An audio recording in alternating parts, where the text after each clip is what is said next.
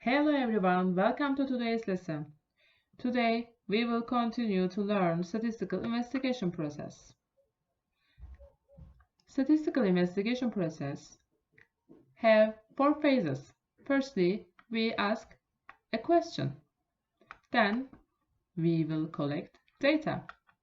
Then we analyze our data. Finally, we will interpret our results. Last time we learned how to pose a statistical question, and we learned we need a specific sample to ask this statistical question. Let's remember what is a statistical question with some examples. First, let's read these sentences. Statistical question is a question that can be answered by collecting data and that anticipates variability in those data. Okay, let's look at the examples and think about which of these are statistical. First question. What is the most common color of the cars in the school parking lot? Let's think about how can I answer this question. To answer this question, I should go out to the parking lot and look at the colors of the cars. For example, I will go there first Monday morning. I might see there 10 red cars and 2 black cars. The red one is common one for first Monday. Next week, I might go out there again and see 9 blue cars and 2 yellow cars. The color of the cars and the cars can change. So I am collecting multiple data points to answer this question.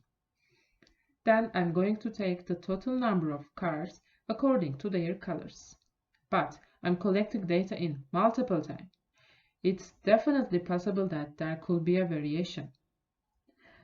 There could be variability, so this is a statistical question. Let's look at the second example. What color is the principal's car? Okay, let's think about the answer of this question. To answer this question, I check the color of principal's car on parking lot, or just ask principal to what color of his car. And this answer has one specific answer. Maybe his car is red or black, I don't know, but this question has one answer. This is not a statistical question.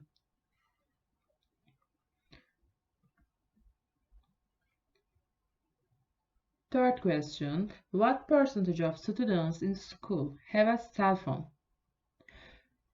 To answer this question, I should ask the students in my school and I should collect data. And some students may say, I don't have a cell phone, and some of them have a cell phone. And the answers have variability. So this is a statistical question. And the last one, does Elena have a cell phone? To answer this question, we should ask Elena, hey, how are you, Elena? Do you have a cell phone or not? And she answered like, yes, I have a cell phone, or no, I don't have a cell phone. And this question doesn't require collecting data, or this question doesn't have variability. This is not a statistical question. Let's continue with distinguishing between first-hand and second-hand data. First-hand data is data that you collect yourself. First-hand data collected by the researcher. In school, this is a student. The researcher is you. First-hand data collected by observations, surveys, experiments, and interviews. Second-hand data is data that is collected by someone else. Data collected by others and used for secondary analysis. Found in news, internet, websites, magazines. You just use the collected data collected by the others. Okay, let's look at these two questions and decide whether it is first-hand data or second-hand data. First one, what is the favorite flavor of ice cream in our classroom? How can I answer this question? I can make a survey and ask my classmates what is their favorite flavor of ice cream. Can I find an answer in websites for this question? No. I should collect data by myself, and the data will be first-hand data.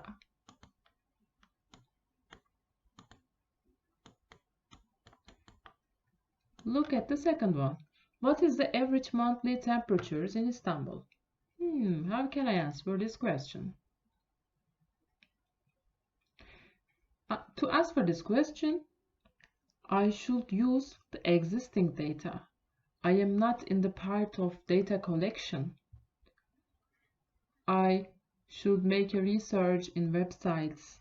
I can find the temperatures in Istanbul, and this will be second-hand data.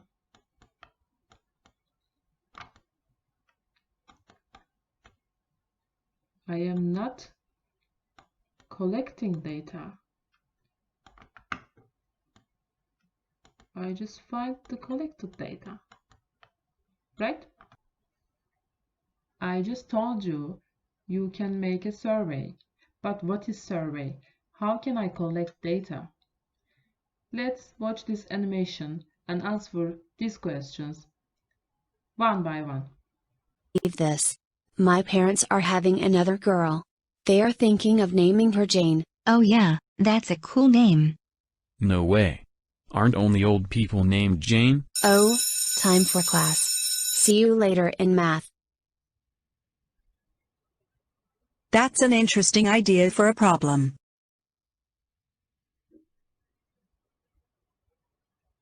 Great job today. Now for tonight's homework. I want you to think about if you met someone named Jane, how old would she be?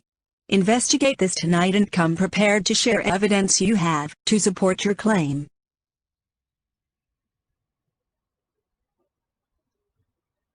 Let's see the examples. Good morning, ladies and gentlemen. So if we met someone named Jane, how old do you think she would be? And why? I'll go first. I think there are Janes of a lot of different ages. I did a Google image search, and noticed that many of the Janes seem to be in their 20s or 30s, maybe in their 40s, hard to tell. Website. I think I found out some great information. I made a survey and asked my friends if you know someone named Jane, and to select their age range. I made it so you could select more than one age. 58 friends responded. They knew 78 Janes. Almost 50% of the Janes were in their 40s or 50s. Not many were really young or really old, so I think if we would meet a girl named Jane, she would likely be around 50 years old. I agree that Jane is an old person's name, so I asked my mom if she knew anyone named Jane. She said there was a famous person named Jane Fonda, who she did exercise videos with. We looked her up. She is 77. I bet if I met a Jane, she would be old, like Jane Fonda. I did a Google search for Jane's age. I saw lots of links to strange word problems like this. Did teachers in the past really give their students such dumb problems? Who cares? He is a little bit aggressive, right? Okay, we saw some examples of data collection tools. One of the students made a survey. Two of them searched on website. and one of them interviewed with her mother. Let's look at the characteristics of data collection tools one by one. Survey. Survey is a practical way to numerous number of data. Survey is a practical tool. It is used for measuring the preferences and opinions of individuals about a topic. Short answer questions and multiple choice questions are used for data collection. And you should analyze the collected data and summarize the results after data collection process. Secondly, literature search. It can make for finding information about the topic. Data can be collected from websites, books, or magazines. Interviews. It is hard to reach much data by using interviews. It is preferred when you want to examine the topic in detail, but it takes a lot of time. Data is collected by verbal communication. You can study with collected data by using mathematical procedures or direct conclusions. We learned some data collection tools. Now we will focus on survey. Okay, let's look at this cafe. It's so cute, but there is no one here. Oh, he is Jacob. He is the owner of this cafe. He wants to help him. And he is curious about why no one is coming here. Let's think about the reasons for this problem. Let's write the possible reasons for why people don't come here. People may think that coffees are so expensive, right? Maybe coffee options may not be enough. Maybe you want to drink latte, but there is no latte here. Or maybe you want to drink cappuccino. That could be a reason. Coffees may not be delicious. Yes, maybe coffees are not fresh. That could be a reason. And how can answer these questions? How can I decide which one is the reason for this problem? How can I help Jacob? Yes, you are... Yes, dur bir dakika, burada kalsın. Yes, we learned survey. We can make a survey to people around this cafe. Maybe we can use online survey tool, such as SurveyMonkey or Google Forms. Let's create a survey to help Jacob. Don't forget your questions should be current with your needed data.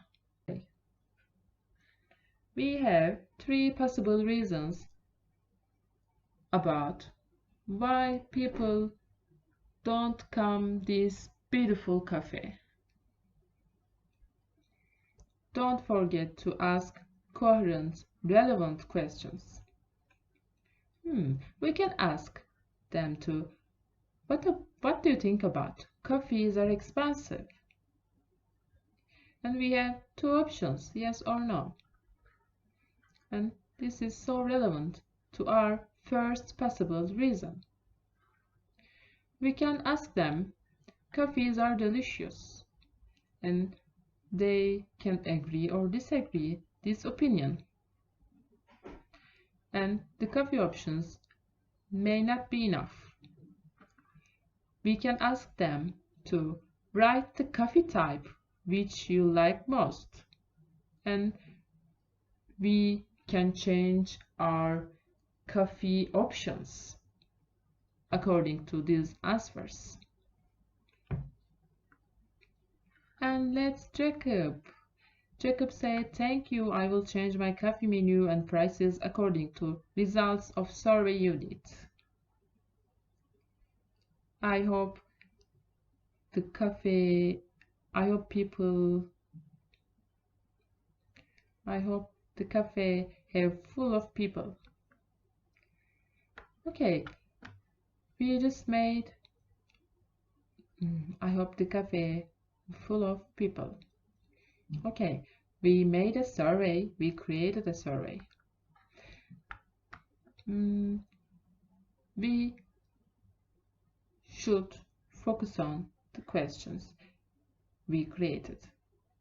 For example, this question, which one cannot be the survey question of Greenpeace?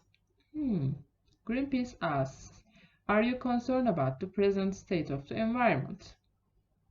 Oh, this is so reasonable survey question for Greenpeace, right? Do you often participate in ecological events in your town? This one is also about environment and ecology. Both of them can be survey question of Greenpeace. Does the state of the environment affect the quality of human lives? Of course, maybe Greenpeace think about that if I ask this question, people will think the effects of environment and our lives. This is also possible and reasonable survey question of Greenpeace. What is your favorite movie? Well, is it Netflix? No, it is Greenpeace. This is not a question of Greenpeace. It is irrelevant. Did you go to the vacation in this summer? It's not your business, Greenpeace. This is not the survey question of Greenpeace. And Valeria wants to open a game salon on her hometown. She wants to make a survey about the opinions of her neighborhoods. She wants to make a survey. Let's help Valeria to create a survey questions. Valeria wonders if she open a bowling salon, it will be a good choice for her or not. And she can ask, do you like playing bowling? And yes or no question. She can ask short, answered, and fill in the blank question, like how many times do you go to game salons on a month?